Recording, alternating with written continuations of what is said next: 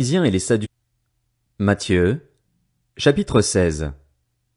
Les pharisiens et les Sadducéens abordèrent Jésus et, pour le mettre à l'épreuve, lui demandèrent de leur faire voir un signe venant du ciel. Jésus leur répondit, « Le soir, vous dites, il fera beau, car le ciel est rouge, et le matin, il y aura de l'orage aujourd'hui, car le ciel est d'un rouge sombre. Hypocrites, vous savez discerner l'aspect du ciel et vous ne pouvez pas discerner les signes des temps. Une génération mauvaise et adultère réclame un signe. Il ne lui sera pas donné d'autre signe que celui de Jonas, le prophète. » Puis il les quitta et s'en alla. En passant sur l'autre rive, les disciples avaient oublié de prendre des pains. Jésus leur dit, « Attention, méfiez-vous du levain des pharisiens et des sadducéens. » Les disciples raisonnaient en eux-mêmes et disaient, « C'est parce que nous n'avons pas pris de pain. » Jésus, le sachant, leur dit, « Hommes de peu de foi, pourquoi raisonnez-vous en vous-même sur le fait que vous n'avez pas pris de pain? Ne comprenez-vous pas encore et ne vous rappelez-vous plus les 5 pains des 5000 hommes et combien de paniers vous avez emportés?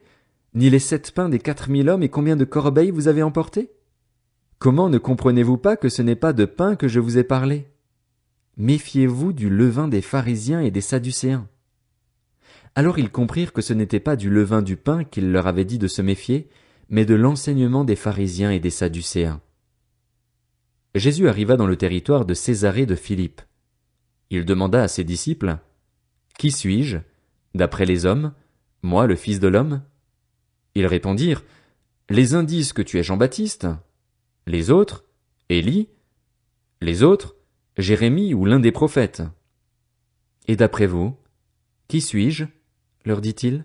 Simon-Pierre répondit, « Tu es le Messie, le Fils du Dieu vivant. » Jésus reprit la parole et lui dit, « Tu es heureux, Simon, fils de Jonas, car ce n'est pas une pensée humaine qui t'a révélé cela, mais c'est mon Père céleste. Et moi, je te dis que tu es Pierre et que sur ce rocher je construirai mon église, et les portes du séjour des morts ne l'emporteront pas sur elle. Je te donnerai les clés du royaume des cieux. Ce que tu lieras sur la terre aura été lié au ciel, et ce que tu délieras sur la terre aura été délié au ciel. » Alors il ordonna aux disciples de ne dire à personne qu'il était le Messie.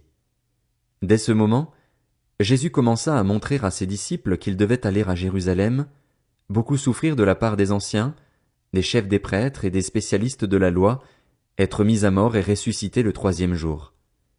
Alors Pierre le prit à part et se mit à le reprendre en disant, « Que Dieu t'en garde, Seigneur, cela ne t'arrivera pas. » Mais Jésus se retourna et dit à Pierre, « Arrière, Satan, tu es un piège pour moi, car tes pensées ne sont pas les pensées de Dieu, mais celles des hommes. » Alors Jésus dit à ses disciples, « Si quelqu'un veut être mon disciple, qu'il renonce à lui-même, qu'il se charge de sa croix et qu'il me suive.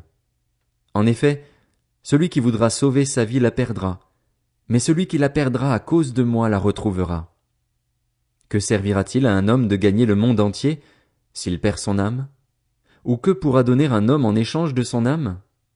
En effet, le Fils de l'homme va venir dans la gloire de son Père, avec ses anges, et alors il traitera chacun conformément à sa manière d'agir. Je vous le dis en vérité, quelques-uns de ceux qui sont ici ne mourront pas avant d'avoir vu le Fils de l'homme venir dans son règne.